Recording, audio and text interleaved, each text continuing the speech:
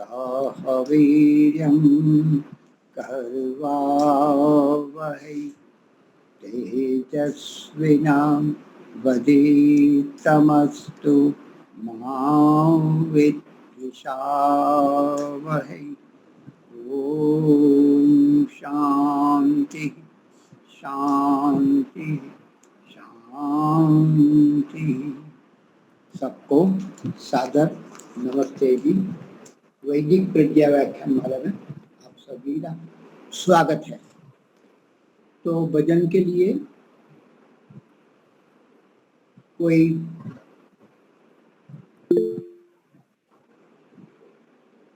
योगेश्वरी जी, हाँ आप लीजिए।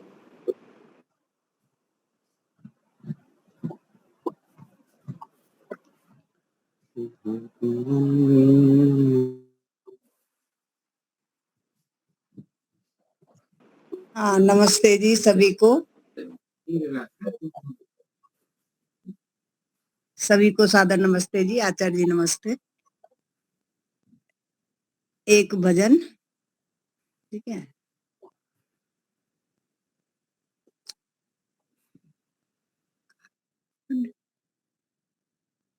प्रभु जी तेरी लीला है अपरंपार। प्रभु जी तेरी लीला है अपरंपार। सबके मालिक सबके पालक, सबके मालिक सबके पालक, ओ जग के आधार। प्रभु जी तेरी लीला है अपरंपार। प्रभु जी तेरी लीला है अपरंपार। ओ अविनाशी घट घट वासी, भेद तेरा ना पाया। सबकी नजरों में रहकर भी नजर कहीं ना आया। पर जो तेरा हो जाए, तुझको हर रंग में पाए। करे तेरा ही दीदार। प्रभु जी तेरी लीला है अपरंपार। प्रभु जी तेरी लीला है अपरंपार। बिन मांगे दे मुक्त सभी को, हवा रोशनी पानी।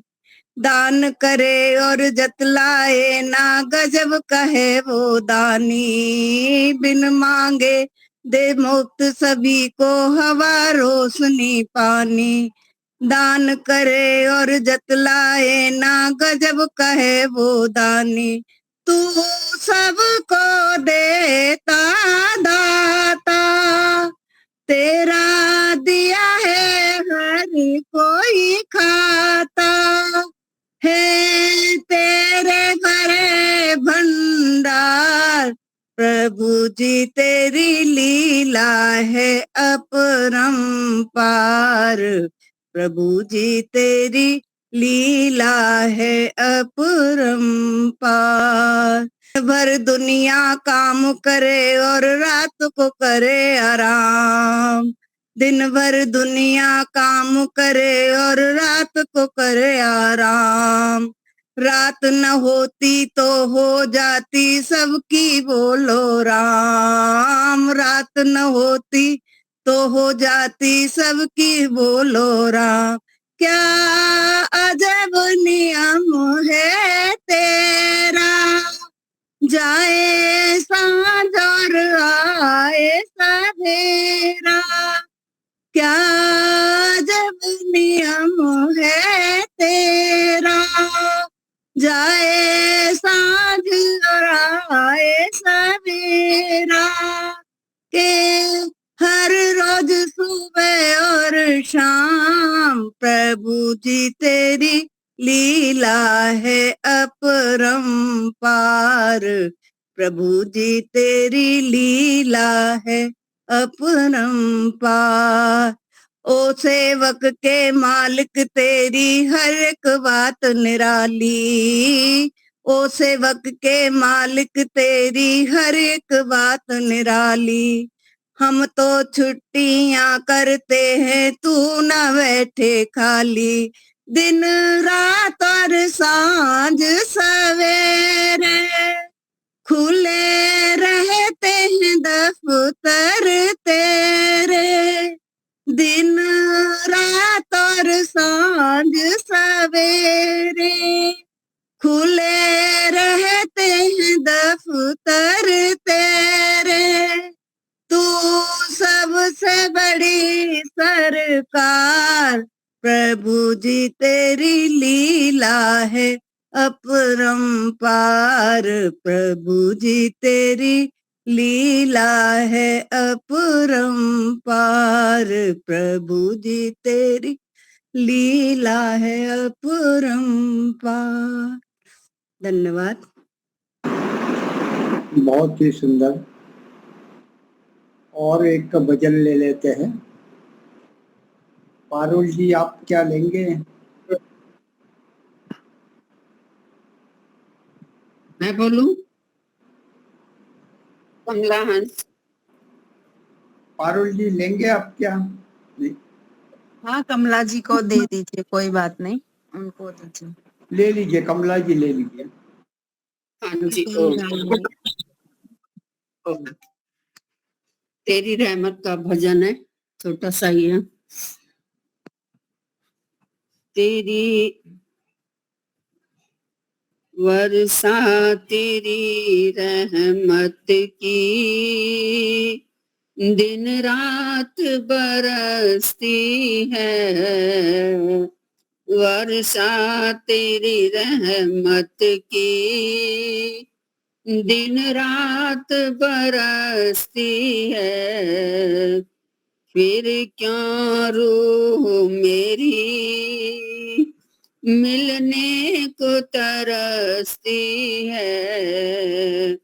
फिर क्यों रूह मेरी मिलने को तरसती है।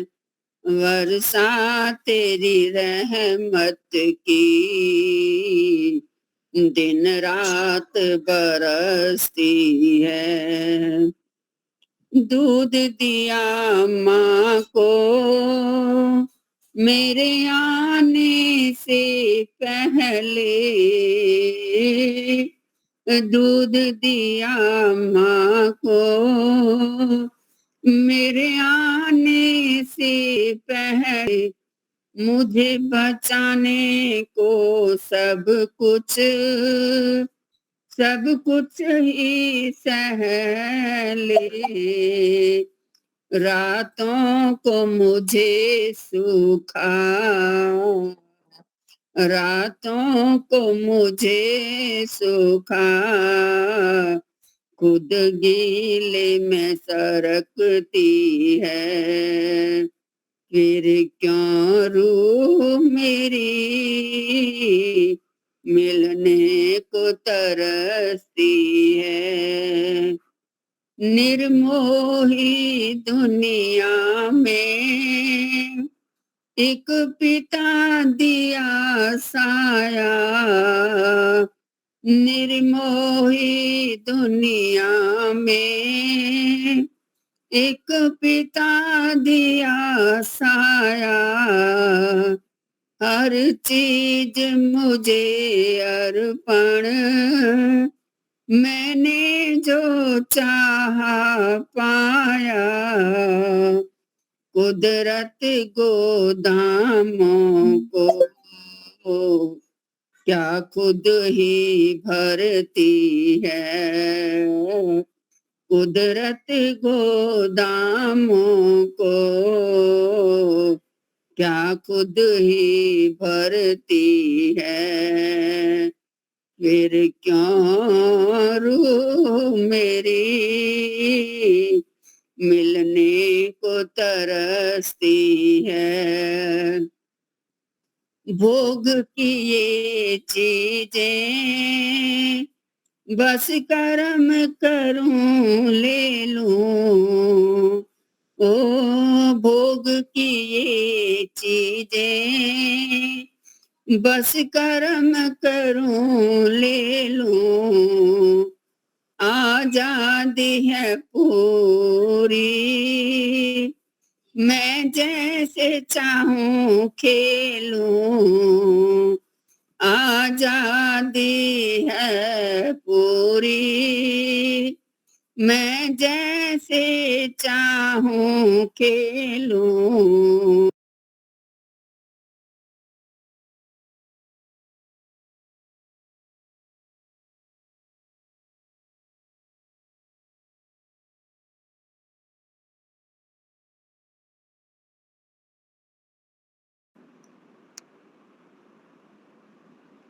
लेफ्ट हो गए, चलो कोई बात नहीं, समय भी हो चुका है। तो आज के वक्त हमारे आचार्य शैलेंद्र जी बनारस से है, तो उनको मैं निमंत्रित करता हूँ, प्रारंभ करें आचार्य। ॐ यदन्ताशुषे त्वम् अग्ने भद्रं करिष्यसि तवेतत् सत्यमङ्गिरः।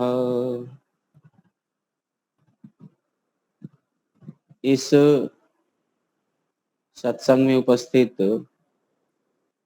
श्रद्धेय श्री महेंद्र मुनि जी, उपस्थित सभी भद्र पुरुष, पूजनीय वंदनीय मातृ शक्ति, माता योगेश्वरी जी, दीपालिका बहन,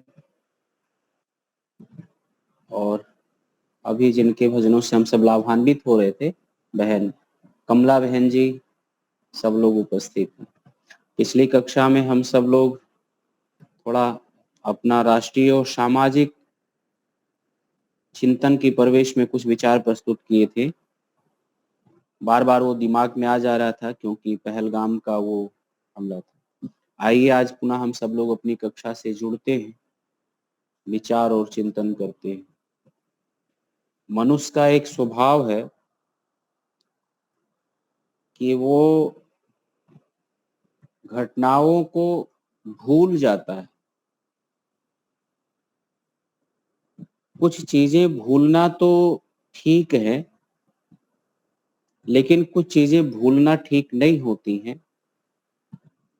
उसको याद रखना होता है सबक के रूप में, सीखने के रूप में। यदि आप आने वाली पीढ़ियों को वो बात नहीं सिखा करके जाएंगे जो आपने अनुभव प्राप्त किया है, तो उनको अनुभव लेने में और वह सब चीज सीखने में बहुत युग लग जाते, बहुत समय लग जाता है। इसलिए जो अनुभव है, अनुभव का जो दायरा है, जो क्षेत्र है, वो क्षेत्र बहुत कम होता है और सीखने का जो क्षेत्र होता है वो थोड़ा बड़ा होता है।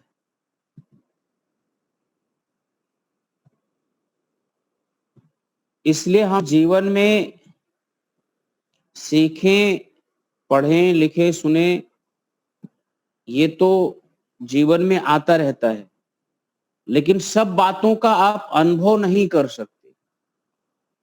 हर क्षेत्र में आप अनुभव नहीं कर सकते, हर क्षेत्र के अनुभव को नहीं प्राप्त कर सकते, बल्कि जिन्होंने अनुभव किया है, जिन्होंने सीखा है, जिन्होंने कुछ संदेश दिया है, उनसे हमें सीखने की, समझने की आवश्यकता होती है और हमेशा बनी रहती है। इसलिए मैं कह रहा हूं कि जिन कटुता का हमने यद्यप अनुभव किया है, तो आने वाली आगे पीढ़ियां वो कटुता की सामना ना करें,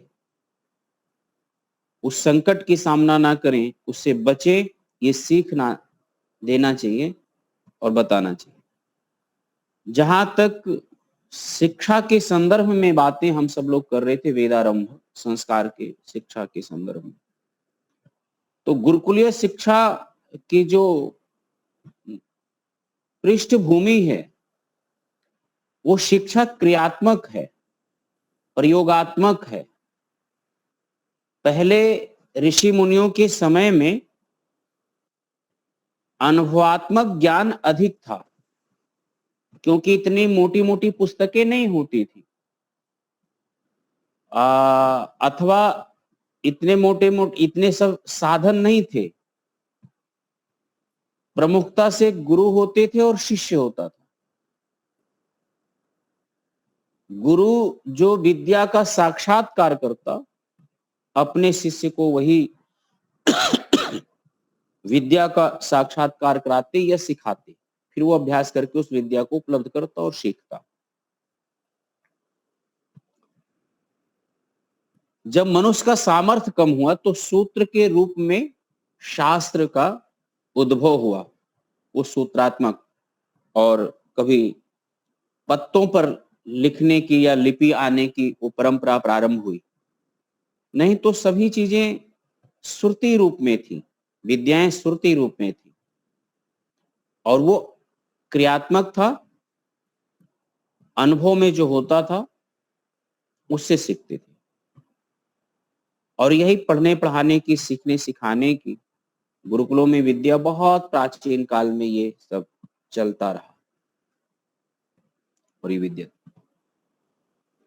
इसलिए एक विद्या को सीखने वाले भी आचार्य होते थे और कई विद्याओं को जानने वाले भी आचार्य होते थे। कई विद्या और कई प्रकार की कलाओं में निपुण होते थे। और वो, जैसे कि हम सब लोग ये प्रसिद्ध सुने हैं, 16 विद्या 64 कला गुरुकुलों में हुआ करता था। तो कला शब्द कई अर्थ में प्रयोग होता है, कई अर्थों में प्रयोग करते हैं। यहाँ पर कला जिस अर्थ में प्रयोग हो रहा है वो एक प्रकार से वो शिल्प कला हो, अथवा कृषि आदि की कला हो, पात्र आदि बनाने की कला हो, यंत्र बनाने आदि की कला हो, विमान आदि की कला हो। तो इसी प्रकार से लगभग जितनी आवश्यकता थी वो 64 को मान करके था। उसमें विद्युत भी है और पहले भी विद्याएं जो 6 वेदांग, 6 उपांग और 4 वेद, ये मिला करके 16 विद्याएं, इनको पढ़ना। और 64 कलाओं में जितनी कलाओं में आप निपुण हो सकते हैं उतनी कलाओं में आप निपुण होइए। और इनको पढ़ने पढ़ाने वाले, जानने वाले सब लोग हुआ करते थे। अब इनका हम विस्तार वेदारंभ संस्कार में, क्योंकि ये पठन पाठन के विषय वस्तु के अंतर्गत ये आता है, तो थोड़ा विषय देख लेते हैं। 6 उपांग का मतलब है जो 6 भारतीय दर्शन है, वो 6 प्रकार की भारतीय विद्या है। वो उपांग जो है वेदांग, वेदांग वो जिससे वेद की विद्या को समझना, वेदार्थ करना, वेद को पढ़ने में वह सरल होता है। शिक्षा, कल्प, ज्योतिष, निरुक्त, व्याकरण, ये लगभग 6 बातें हो गई, 6 विद्या। तो ज्योतिष का मतलब खगोल, भूगोल और गणित विद्या, यह सब मिला करके ज्योतिष विद्या में आता है।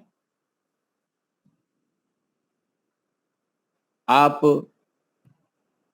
कल्प शास्त्र लेंगे तो कल्प के अभी वर्तमान में 4 सूत्र ग्रंथ हैं।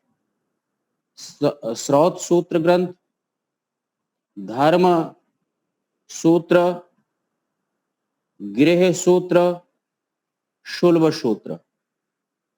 ये कल्प के अंतर्गत आते हैं और वेद के शाखा, उपशाखा अथवा ऋषियों की जो परंपरा थी, उन्हीं ऋषियों के नाम से ये कई मिलते हैं।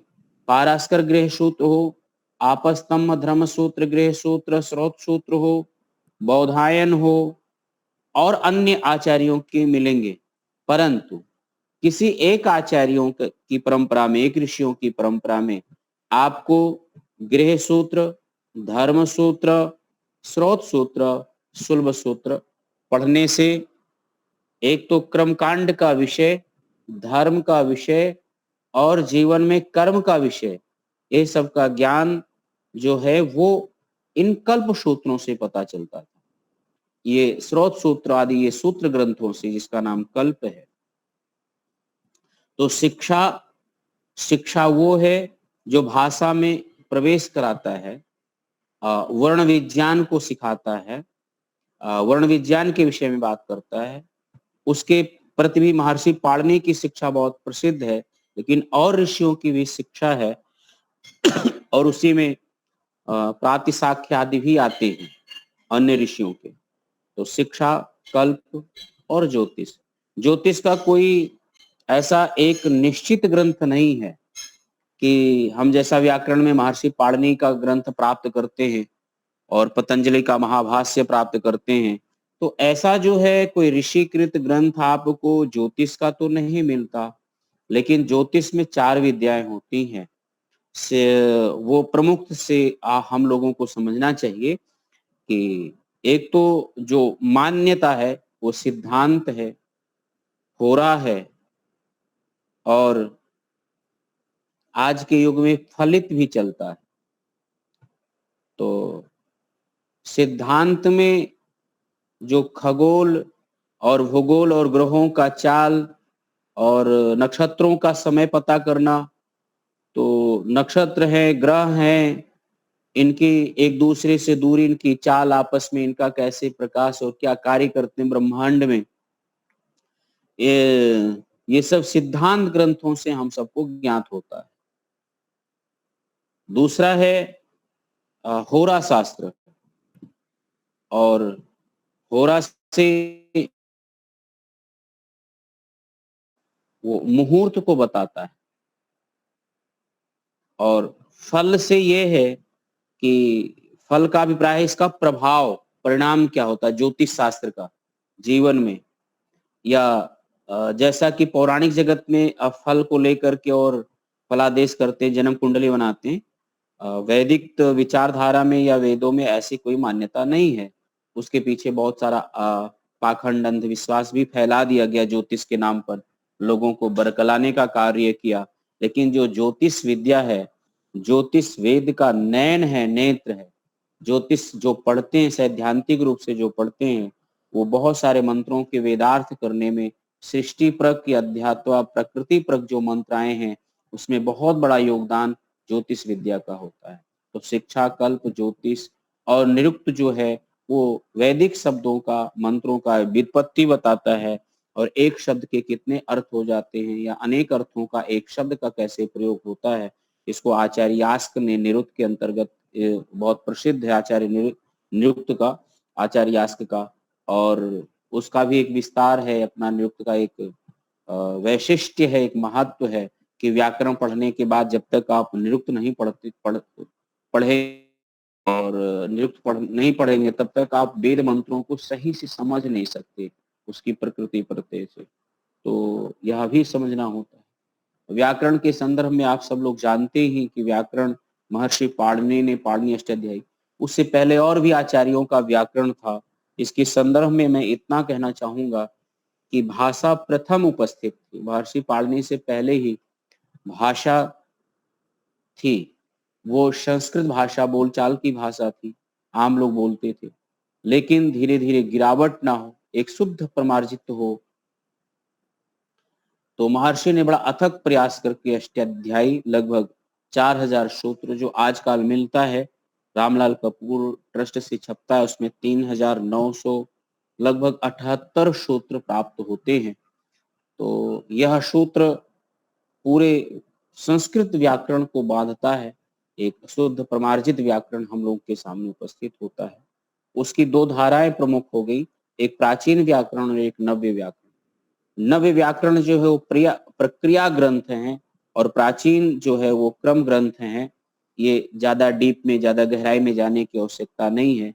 जो वैदिक विचार के लोग मानते हो, महर्षि पाणिनि का जो क्रम ग्रंथ हैं अष्टाध्यायी क्रम से पढ़ने का, वही उपयोगी है और वही प्रभावी है और वही किसी भाषा को सुरक्षित रखने में समर्थ है। जो प्रक्रिया ग्रंथ है, प्रक्रिया ग्रंथ पर भी महर्षि देवदयानंद ने लगभग 14 वेदांग प्रकाश ग्रंथों की रचना की है। वर्णोच्चारण शिक्षा से लेकर के और वैदिक कोश तक, वैदिक स्वर प्रक्रिया तक ऋषि दयानंद ने 14 ग्रंथ व्याकरण पर लिखे हैं। वो प्रकार से ऋषि दयानंद से पूर्व भट्टो जी दीक्षित हों अथवा आचार्य वृद्ध हों, उन्होंने भी कौमुदी प्रक्रिया से ग्रंथ लिखे, जिसका ऋषि दयानंद जी निषेध करते हैं और है भी कि व्याकरण को बड़ा जटिल करके प्रस्तुत करके बना दिया गया, जो सिर्फ व्याकरण को पढ़ने में ही 12 वर्ष बच्चे खपत लगा देते हैं। परंतु इधर विरजानंद स्वामी से स्वामी दयानंद जी ने व्याकरण पढ़ा, वो प्राचीन परंपरा से पढ़ा। उन्हीं के साथ में जहां तक मैं इतिहास को जानता हूं या समझता हूं, एक आचार्य युगल किशोर जी थे, ऋषि दयानंद के समय के ही विद्वान थे। आचार्य युगल किशोर जी ने विरजानंद जी के बाद, वो आर्य समाज तो कुछ था नहीं, सीधा शिष्य स्वामी दंडी स्वामी विरजानंद जी के थे, तो उन्होंने ही विरजानंद जी के पश्चात इस परंपरा को आगे बढ़ाया और उसके बाद उसी परंपरा में जो है वो ब्रह्मदत्त जिज्ञासु जी आए, युधिष्ठिर मानसक जी आए और फिर प्रथमावृत्ति आदि लिखी गई और सूत्रार्थ लिखे गए। उस अष्टाध्यायी पर भाष्य लिखा गया जो प्रथमावृत्ति के नाम से 4000 सूत्रों पर।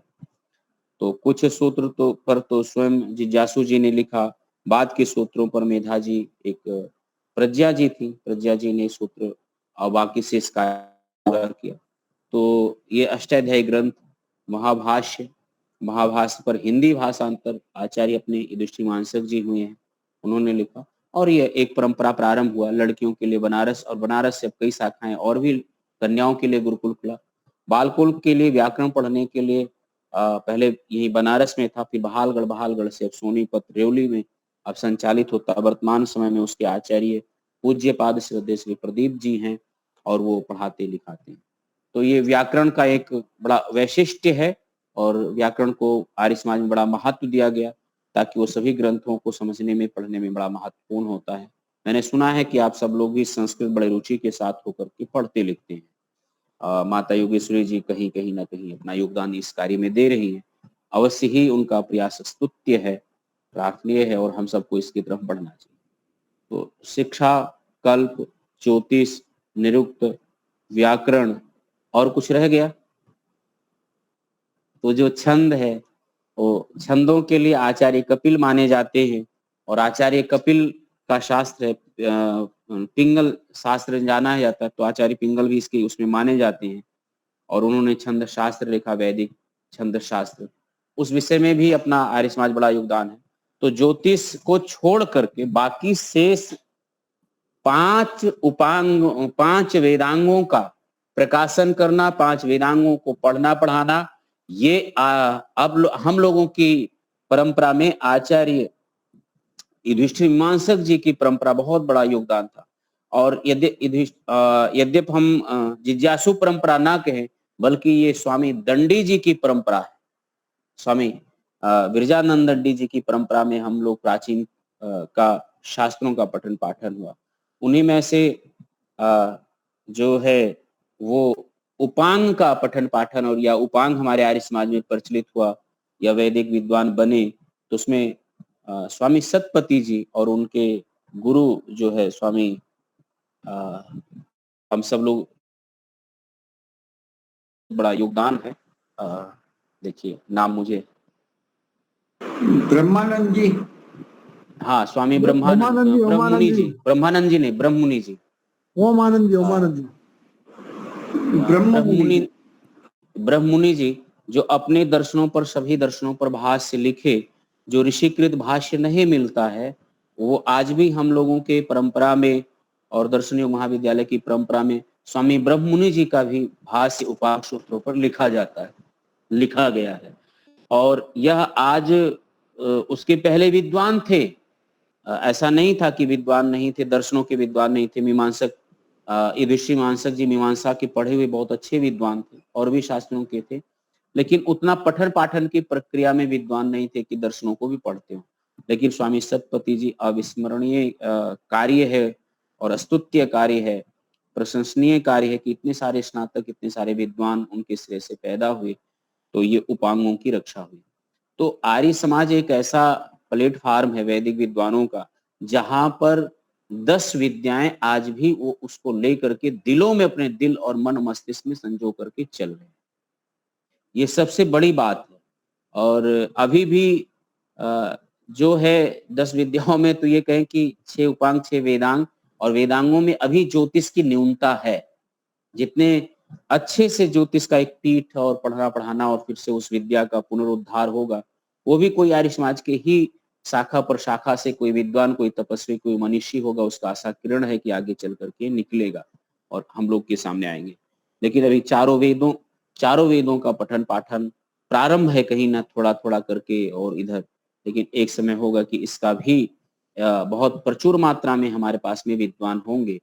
तो ये 10 विद्वान। अब रही बात जो 16 कला है, अब 16 कलाओं में भी निपुणता हो विद्वान, यही इसी के संरक्षण में, इसकी समृद्धि में हमारे बहुत सारे गुरुकुल और इसी के पठन पाठन में बहुत सारे गुरुकुल लगे हुए थे, इन्हीं शास्त्रों के उद्धार में लगे हुए थे। तो यही विषय था कि हम लोग गुरुकुल में क्या पढ़ाएं बच्चों को और लोग क्या पढ़ाना चाहते हैं, ये बहुत बड़ी संकट है। लोग जो पढ़ाना चाहते हैं, वास्तविकता रिक्वायरमेंट उनकी डिग्री की, और दूसरा उनका जो होता है वो यही होता है कि आधुनिक लोगों के सामने हमारे बच्चे कैसे खड़े होंगे। यदि हम गुरुकुल में पढ़ाएंगे तो गुरुकुल ये तो बहुत प्राचीन परंपरा का है, ये तो पूरा पीछे ले जाएगा लोगों को और इसका समाज में कोई महत्व नहीं है। महान भाव, समाज में आज महान जिसकी आवश्यकता है मेरे दृष्टिकोण से अथवा जो बुद्धिजीवी होंगे उनकी दृष्टिकोण से, आपको किस बात की, समाज में किन लोगों की आवश्यकता है? डिग्रीधारी लोगों की आवश्यकता है, अथवा आप ये देखें कि आधुनिक विद्या एजुकेशन से जो एकदम वेल एजुकेटेड लोग हैं उनकी आवश्यकता है, अथवा ये लोग प्रचुर मात्रा में हैं? आज जरूरत किसकी है? राष्ट्र को, समाज को, देश को और हमारे आसपास के लोगों को। तो आज आवश्यकता इस बात की है कि जो लोग शांति को स्थापित कर सके,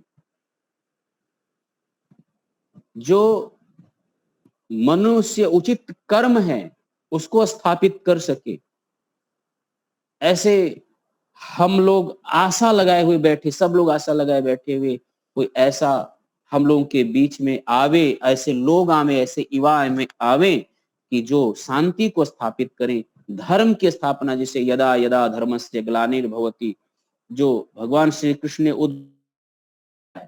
तो ये तो एक महात्मा का, एक योगी का एक उद्घोषणा हो सकता है कि वो अपने जीवन काल में शिक्षा ऐसा दर्शन कर रहा हो कि धर्म संस्थापनाय संभवामि युगे युगे, हम धर्म के स्थापना के लिए जन्म लेते रहेंगे। ऐसे तो क्रांतिकारियों ने भी रगों में उबाल आवे, इसलिए भी उन्होंने कहा था कि एक जीवन है और भी जीवन मिलेगा तो मैं इस भारत माता की इस बलि वेदी पर और भी अपने गर्दन शीश को चढ़ाऊंगा। तो इनकी वो भावनाएं थी कि जन्म बार बार मिले तो मैं बार बार शीश इसको चढ़ा दूंगा भारत माता की उसमें। तो ये देशभक्ति का, ऐसे धर्म के प्रति, जो वैदिक धर्म, जो वास्तविक धर्म है, वह योगी पुरुष श्री कृष्ण जानते हैं, इसलिए भगवत गीता में वो उद्घोष करते हैं धर्म की स्थापना के लिए। तो ऐसे आज यह इस बात की आवश्यकता है। मैं मानता हूं कि यद्यप इस प्रकार से निकलेंगे कुछ महापुरुष, आज एक दयानंद की आवश्यकता नहीं है, आज हर एक नगर में एक दयानंद होंगे और वह भी एक दयानंद निकलेंगे तो विरजानंद ऐसे दंडी जैसे सन्यासी का कोई सुयोग्य शिष्य होगा, वही निकलेगा, वही शांति की स्थापना। और ये गुरुकुल से ही किरण निकला है। महानुभाव, मैं निवेदन कर दूं,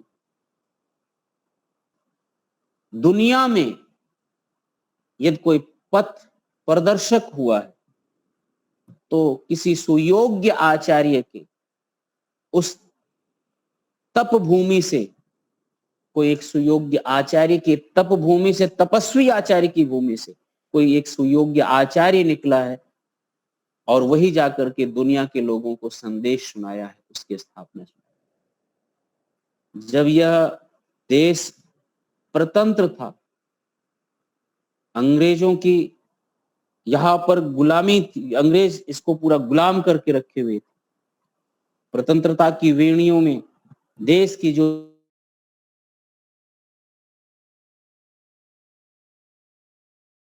उसमें से एक ऋषि दयानंद ऐसे स्वामी विरजानंद शिष्य हैं जिन्होंने सर्वत्र प्रकाश फैलाया और इस बलवेदी पर उन्हीं से प्रेरित होकर के 80% बलिदानी थे, जिन्होंने क्रांतिकारी थे, उन्होंने बलिदान दिया। और इस बात को जब जेलों में घुमा, सीताराम पट्टाभी एक नाम करके इतिहास पुरुष हुए, उसने कांग्रेस के ही थे वो, और उन्होंने जेलों में गए, जगह जगह मिला तो उन्होंने उन्हें अपना संस्मरण लिखा है कि हम जिस जिस जेल में गए, जहां जहां गए, वहां वहां मुझे कहीं ना कहीं 80% लोग आर्य समाज से सीधा जुड़े हुए लोग थे अथवा आर्य समाज से प्रभावित थे, ऋषि दयानंद के विचारों से प्रभावित थे, स्वराज से प्रभावित थे। महान भाव, तब जाकर के स्वतंत्रता की स्थापना सन 1947 में जो हमें दिखाई देता है, उसके पीछे जाकर के देखिएगा कि 1857 की क्रांति हो या उससे पूर्व की क्रांति हो, या किसी ने लौ जलाई है, किसी ने मसाल जलाई है। और एक हमारे यहाँ इतिहास है, उनकी पुस्तक में लिखा है कि रानी लक्ष्मीबाई का अंतिम संस्कार करने के लिए भारत का कोई व्यक्ति हिम्मत तो नहीं जुटा पा रहा था कि उसका संस्कार करवा सके। तब वह ऋषि दयानंद, जिसमें प्रसिद्ध नहीं थे, उस ऋषि दयानंद, उस मातृशक्ति की, और जिसका हम लोग बड़े गौरवपूर्ण तरीके से जिसका नाम स्मरण लेते हैं, और उस लक्ष्मीबाई का अंतिम संस्कार लिखा है किसी सन्यासी ने कराया था। वो सन्यासी कौन था? तो ये तो कई विद्वानों ने सिद्ध किया, वो कोई और नहीं, ऋषि दयानंद थे। तो वहां से लेकर के और हम यहाँ तक की क्रांति को देखें, और जब ऋषि जी ने शरीर छोड़ा है तो उसके बाद का आप देखिएगा कि कितनी जगह जगह लोगों में अंदर जागरूकता आई, चेतना आई। और आज भी चाहे आप लोग जैसा भी कहें, आज भी कोई रोशनी है, कोई प्रकाश है, कहीं से निकलेगा तो गुरुकुलों से ही निकलेंगे। इसलिए किसी ने कहा था कि अरब से आएंगे खत जिसमें ये लिखा होगा गुरुकुल का ब्रह्मचारी हलचल मचा रहा है।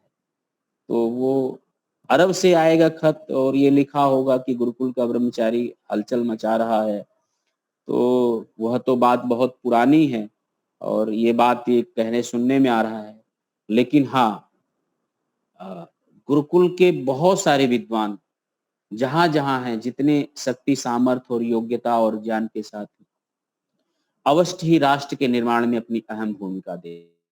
लेकिन भी सब लोग यह देख रहे हैं कि कोई ऐसा महापुरुष आएगा, गुरु का सुयोग्य शिष्य होगा, जो शांति की स्थापना करेगा, जो धर्म की स्थापना करेगा, जो विद्याओं की स्थापना करेगा, जो एक मार्ग प्रशस्त करेगा पूरे विश्व का। तो यह होगा, संभव है और अवश्य होगा। तो आइए, गुरुकुल की विद्या और गुरुकुल की शिक्षा और गुरुकुल का महत्व वो इन्हीं बातों में। जो लोग समझते हैं कॉलेज की शिक्षा, कॉलेज की शिक्षा भी अपने स्थान पर अपनी जगह बहुत अच्छा है। जहां हमारे बच्चे पढ़ते हैं, जिस लिए पढ़ते हैं, जिस रूप में पढ़ते हैं, वह भी हमारे समाज के खाद्यान्न की पूर्ति, व्यवस्था की पूर्ति और सभी संस्थाओं को संचालित करने में वही हमारे समाज के बच्चे हैं जो कॉलेज में पढ़ते हैं, शिक्षाओं में पढ़ते चले जाते हैं। एक तरह से आप इसको नकार नहीं सकते कि उनकी कोई बहुत बड़ी योग भूमि, बहुत बड़ी भूमि है।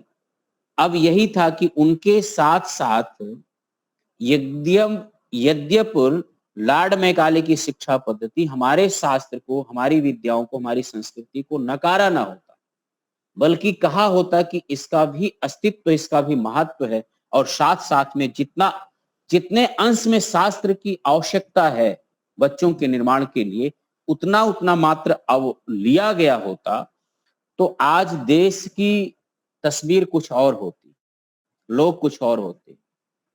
मैं उदाहरण दे दूं, कल एक बार चर्चा हो रहा था, लोग कह रहे थे चर्चा कि इस देश में राष्ट्रभक्तों की कमी नहीं। हमने कहा बिल्कुल, इस देश में देशभक्ति की कमी नहीं है, लोगों के अंदर जज्बात है देशभक्ति की। हमने कहा बिल्कुल सही है, लेकिन क्या आपको लग रहा है, जरा विचार करिएगा आप लोग, क्या इस देश में गद्दार नहीं है? क्या गद्दारों की भाषा नहीं बोली जा रही है? मैंने कहा कि अवश्य ही राष्ट्र भक्त हैं, और जितनी बार जरूरत होगा लोग देशभक्ति की उस बलवेदी पर चढ़ेंगे, आवश्यकता आया तो बहुत से लोग। लेकिन किसी शेर ने कहा था कि भारत का कुछ नहीं बिगाड़ा है दुश्मनों की तलवारों ने, भारत को बर्बाद किया भारत के गद्दारों ने। तो यहां पर एक तो भ्रष्ट तंत्र, एक छोटे से लेकर के आप न्यायालय में चले जाइए और मुंशी से लेकर के जज तक पर संदेह होता है। अभी एक जज थे, उनके घर में नोटों की पूरी वो लगी, और सब जगह सेट है, सब जगह सेटिंग होता है। एक होमगार्ड से लेकर के और डीआईजी आईजी तक पर प्रश्न चिन्ह लगता है इस देश में। इस देश में कोई भी ऐसा सेक्टर नहीं है जहां पर घुसखोरी ना होता हो, कोई भी ऐसा सेक्टर नहीं है जहां पर लूट ना मची हो, कोई भी ऐसा आपको दिखाई नहीं दे, ऐसी कोई संस्थान नहीं है जहां पर आपको ये दिखाई ना दे। इसका मतलब ये राष्ट्रभक्ति क्या है? राष्ट्र को आप जानते हैं कि सजल और सबल तभी होगा जैसा हम और आप हैं। राष्ट्र, देश पर उंगलियां उठाना, दूसरे पर उंगलियां उठाना, ये बड़ा सरल है। हम और आप जैसे हैं, राष्ट्र वैसा है। हमारी संस्थाएं जैसी हैं, राष्ट्र वैसा है। लोग जैसा है वैसा हमारी देश में ये बातें निकल करके आती है। तो लोग ने कहा कि आपका कहना क्या है? हमने कहा इस देश में जितने गद्दार हैं उनकी संख्या कम नहीं है आज, और दूसरी बात, गद्दार से ज्यादा इस देश में मक्कार हैं।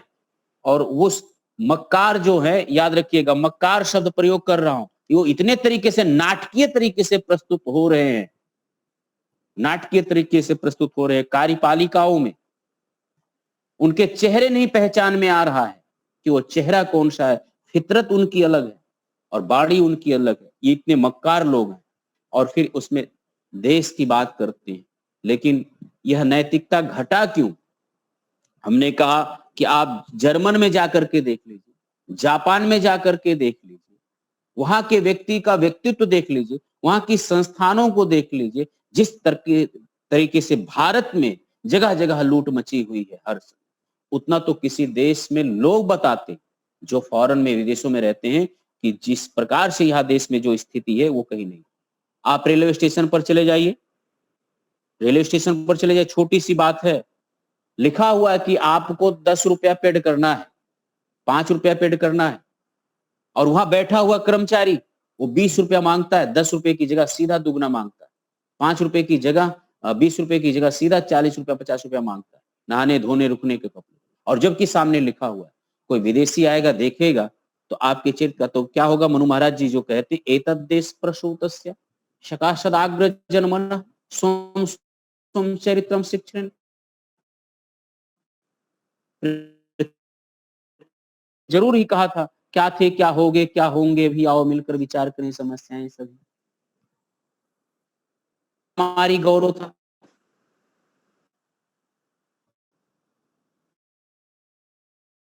क्या हमारा उदात्त चरित्र था? तो वो कब था? तो उस सब प्रश्नों का उत्तर आकर के ये तब था जब गुरुकुल शिक्षा का उत्कृष्ट था 1835 में, जब लॉर्ड मैकाले ने ही इसकी सर्वे किया था। उससे पहले का ये हमारा जो राष्ट्र है, उस समय याद रखिए किसी के घरों में, बहुत कम घरों में ताले लगते थे, सबके घर सुरक्षित थे। लुटेरे होते थे, वो लुटेरे के नाम से जाने जाते थे। चोर होते थे, चोर के नाम से जाने जाते थे, लुटेरा है, चोर है, और वो समाज से सबसे बड़ा बहिष्कृत होता था। चोर लुटेरा कितना भी धनाढ्य हो, उसको लुटेरे के नाम से लोग जानते थे, चोरों के नाम से जानते थे, और समाज से वो पतित था। लेकिन आज जितना बड़ा आप कह लीजिए, जितना बड़ा लुटेरा, जितना बड़ा धनाढ्य, फिर क्या कहना। तो ये गुरुकुल शिक्षा के अभाव में नैतिकता में गिरावट आई है, ये मानना पड़ेगा। गुरुकुल शिक्षा के अभाव में नैतिकता में गिरावट आई। और गुरुकुल शिक्षा से अभिप्राय ये है कि जिस प्रकार से ऋषियों ने भारत की संस्कृति को, भारत की सामाजिक स्थिति को, भारत की व्यवस्थाओं को और भारत के लोगों को, इस मट्टी को पहचाना था, उसी प्रकार से वो व्यवस्था और संस्थान में व्यवस्था दिया, संस्थान। कई सुप्रीम कोर्ट के जज ने कहा कि भारत के अनुकूल भारत की स्मृतियां हैं। उनको मौनवादी कह करके लोगों ने उनको नीचा दिखाया, लेकिन उन्होंने कहा कि भारत के अनुकूल भारत की स्मृतियां, उसमें नैतिकता का जब पतन हो जाएगा तो संविधान ज्यादा किसी को रोक नहीं सकता, संविधान ज्यादा रोक नहीं सकता। और नैतिकता सुदृढ़ हो, नैतिकता में लोगों के उत्थान आवे और लोग नैतिक बने रहें, सदाचार का पालन करें, इसके लिए ऋषियों के शरण के अलावा दूसरा और कोई मार्ग भी नहीं है, यह भी समझ लीजिए। तो हम देखें कि जब बालक गुरुकुल में पढ़ने जाता था तो जो आचार संहिता दी जाती थी, उस बच्चे को जो उपदेश दिया जाता था, किन किन नियमों को पालन करना है, उन नियमों को पढ़ने की बहुत बड़ी आवश्यकता है और समझने की आवश्यकता है, जानने की। वेदारंभ संस्कार में जो वस्त्र पहनाते थे, वो बालक के वस्त्र इसलिए पहनाते थे कि शारीरिक सुदृढ़ हो जाए, शरीर से सुदृढ़ हो जाए। ऐसे वस्त्र, चाहे वो मेखला धारण करना हो, जनेऊ धारण करना हो, चोटी रखना हो, दंड धारण करना हो, व्रत रखना हो और ब्रह्मचर्य का पालन करना हो, वहां से प्रारंभ होकर के पिता उपदेश देता था कि आचार्य के साथ कैसा बर्ताव करना है। आचार्य उपदेश देते थे गुरुकुल के किन किन नियमों का पालन करना है, किन किन नियमों का पालन करना है। और इसी प्रकार से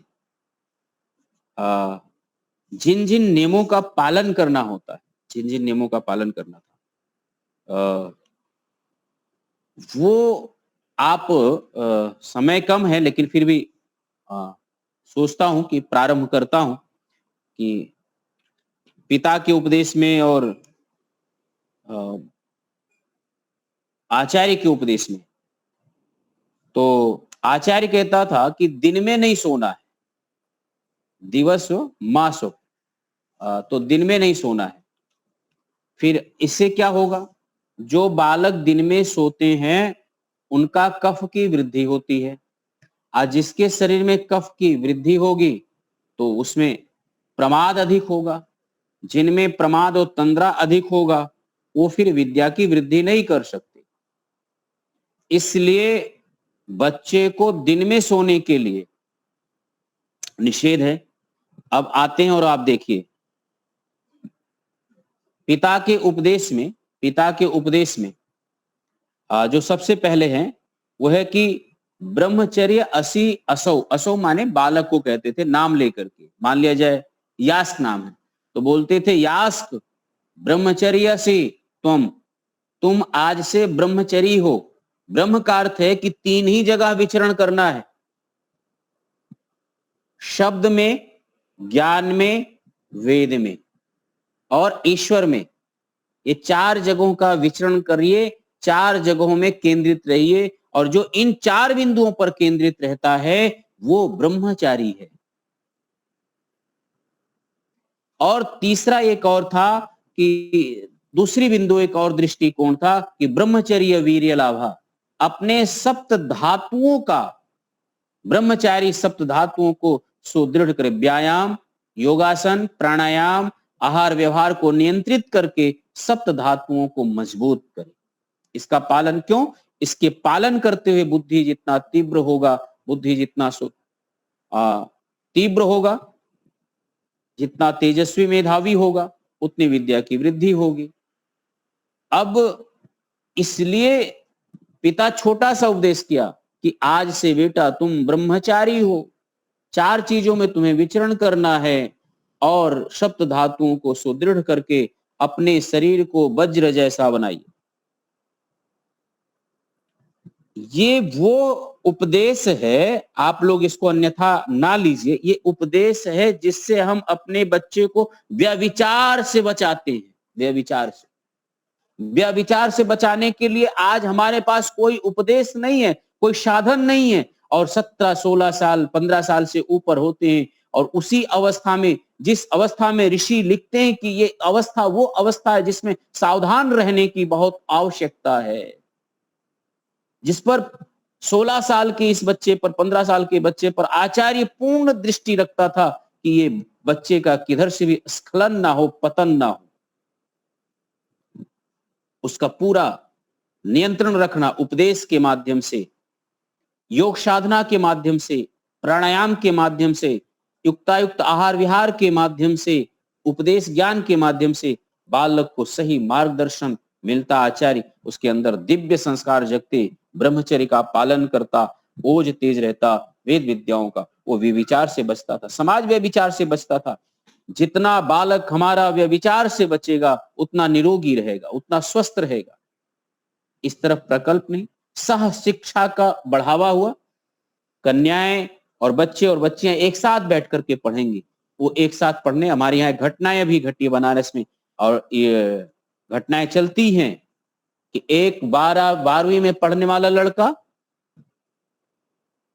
वो किसी शिक्षक की बेटी से उसका कोई बात हुआ क्या नहीं हुआ कोई पता नहीं है, अभी जांच का विषय है, लेकिन बच्चे को उसके घर से फोन करके बुलाया गया, प्रबंधक के ऑफिस में वो बच्चा मृतक मिला है। लोगों का कहना यह है, 2 पक्ष हो गए कि उस बच्चे को घर से बुला करके, और प्रबंधक जो विद्यालय का बहुत बड़ा विद्यालय है, और वो विद्यालय है जो यहाँ का बहुत प्रसिद्ध, बहुत अच्छा लंबा खासा फीस लेता है, उस बच्चे को सीधा गोली मारा गया।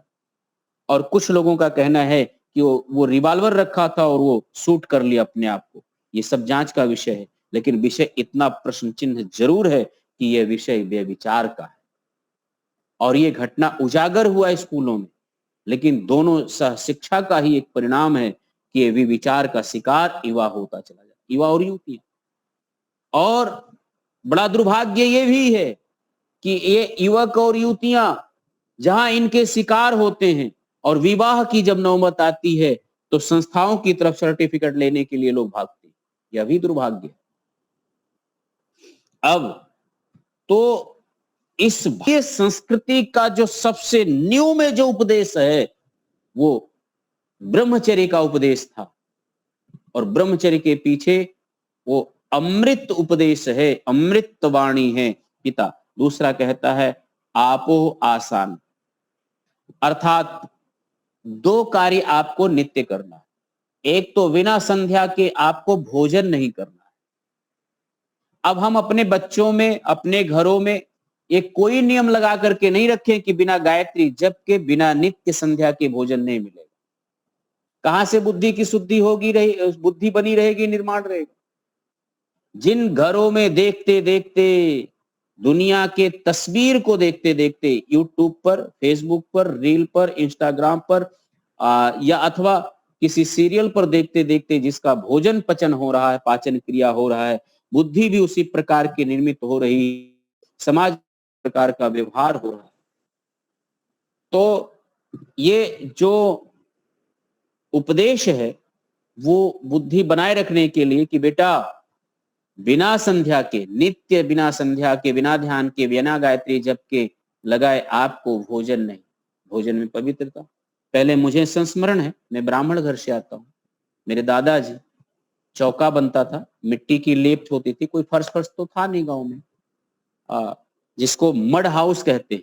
अब तो वो पुराना वाला जो मिट्टी का घर है वो मड हाउस के नाम से फैशन आया, बड़े बड़े लोग अपने घरों में अपने फार्म हाउस पर छोटा मड हाउस बना रहे हैं, उसमें रह रहे हैं। क्यों? क्योंकि वहां टेम्परेचर मेंटेन रह रहा है, वहां रहने से स्किन के ग्रोथ अच्छे हो रहे हैं, वहां रहने से शांति फीलिंग हो रही है। अब दुनिया का प्रशंसा हो गया। और आज के 25 साल पहले नाम बदला मड हाउस। अब मड हाउस क्या है पता नहीं, भगवान जाने।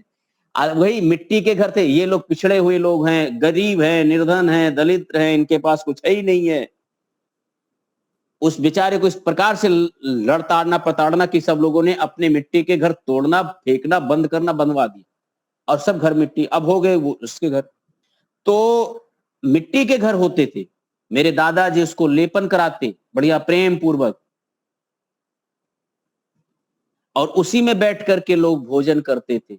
एक बढ़िया काष्ठ का पीढ़ा होता, उस पर बैठते, लोगों की थाली परोसी जाती, थाली भी बड़ी पवित्रता से परोसी जाती थी, लोग सामने लगाते। एक बार घी खाने से पहले नियम था कि घी मिलेगा, यदि आपने थाली को जुठा दिया तो थाली में फिर घी नहीं पड़ने वाला है।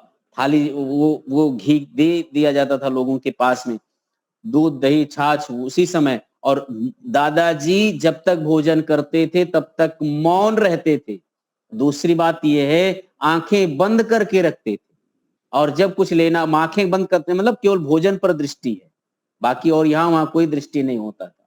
और बड़े प्रेम से जो भी 15, 20, 25 मिनट उनको भोजन करने में लगता उतना भोजन करते, बाहर जाते हाथ धुलते। तो विप्रपादो कर्दमानी, आचार्य चाणक्य ने लिखा है, जिसके घरों में बाहर हाथ धुलने से मिट्टी गीली रहती है, समझ लेना उसका घर स्वर्ग है, उसका घर स्वर्ग है। वो तो किसी और परिप्रेक्ष्य में लिखा है कि विद्वानों के धुलने से मिट्टी गीली रहनी चाहिए, यानी हाथ, जैसे आजकल तो हम लोग वॉश बेसिन में हाथ धुलते हैं, धुले और चले गए। पहले तो ऐसा था नहीं, लोग दरवाजे पर बाहर निकाल करके, और विद्वान पुरुष हो या घर का बुजुर्ग व्यक्ति हो उसका हाथ धुलवाने के लिए लोग, और उससे मिट्टी गीली उसको देख करके लक्षण के रूप में कहते थे कि अवश्य यहाँ सेवा सत्कार विद्वानों का होता है, इस घर में स्वर्ग जरूर, यानी ज्ञान की ज्ञान है, विचार है तो सुख रहेगा। तो इस प्रकार से यहां भी उपदेश दिया है। ऐसे नहीं है आपो आसान कर्म कुरु, बेटा केवल कर्म करो। अब कर्मण्येवाधिकारस्ते मां फलेषु कदाचन, अब इसकी व्याख्या लोग अलग अलग प्रकार से कर सकते हैं, लेकिन मेरा कहना यह है कि आप कर्म करिए, फल पर आपका अधिकार है, लेकिन आप अधिकार पूर्वक प्राप्त कब करेंगे, कैसे होगा, ये आपके उसमें नहीं है। कर्म करेंगे फल मिलेगा, ईश्वर न्यायकारी है। तो यहाँ कर्म कुरु यानी बेटा पुरुषार्थी बनो, कर्मशील बनो, आलसी और प्रमादी नहीं बनो, छोटा रास्ता मत अपनाओ। बहुत सारा उपदेश, इतना उपदेश देंगे, समय ज्यादा हो गया, 2 मिनट ज्यादा हो जाएगा, तो यहीं पर विराम देते हैं। पिता के उपदेश से अगली कक्षा प्रारंभ होगी, और ये देख लेंगे कि इसमें कितनी नैतिकता का, मतलब कितनी नैतिकता का उदात विचार है अपनी संस्कृति में। वो नैतिकता का जो उदात विचार है और जो प्रारंभ में दिया गया पिता के द्वारा और आचार्य के द्वारा, उसमें कितने शिक्षण और जिसका पालन व्यवहारिक रूप से करना पड़ता था, व्यवहारिक रूप से उसको करना पड़ता, ऐसे वैसे नहीं करना पड़ता, व्यवहारिक रूप से। तो आप सबको बहुत बहुत धन्यवाद, बहुत बहुत साधुवाद। अगली बार इन उपदेशों को व्यवहारिक रूप से हम लोग सुनेंगे, समझेंगे पिता के, और वहां से प्रारंभ करेंगे। आज आप सब लोगों ने सुना, मुझे और समय दिया, सबका बहुत बहुत धन्यवाद। विशेष रूप से महेंद्र जी का बहुत बहुत धन्यवाद। इस महीने का ये लास्ट कक्षा है। इति ओम शम। बहुत बहुत धन्यवाद आचार्य जी, बहुत शंकर जी, आप सबके पास कराइए। कक्षा में उपस्थित धर्मप्रेमी बंधुओं, मातृ की सबको सादर नमस्ते। क्लास का समापन शांति पाठ और जय घोष से। आवाज आ रही मैंने ये? जी जी आ रही है। शांति पाठ। शांति पृथ्वी शांतिरापः शांतिरोषधयः शांतिर वनस्पतयः शान्तिर्विश्वे देवा शान्तिर्ब्रह्म शान्तिः सर्वं शान्तिः शान्तिरेव शान्तिः सामा शान्तिरेधि। ओम शांतिः शांतिः शांतिः। जय घोष। जो बोले सो अभय। सनातन वैदिक धर्म की जय। बाबा पुरुषोत्तम भगवान राम की योगीराज भगवान की जय हो व्याकरण सूर्य भगवान की जय हो युग दयानंद सृष्टि की जय हो आनंद की जय हो भारत माता की जय हो गौ माता की रक्षा करो देश के भक्तों की जय हो देश की ज्योति जल्दी रहेगी ओम का झंडा ऊंचा रहेगा लाल सदा अमर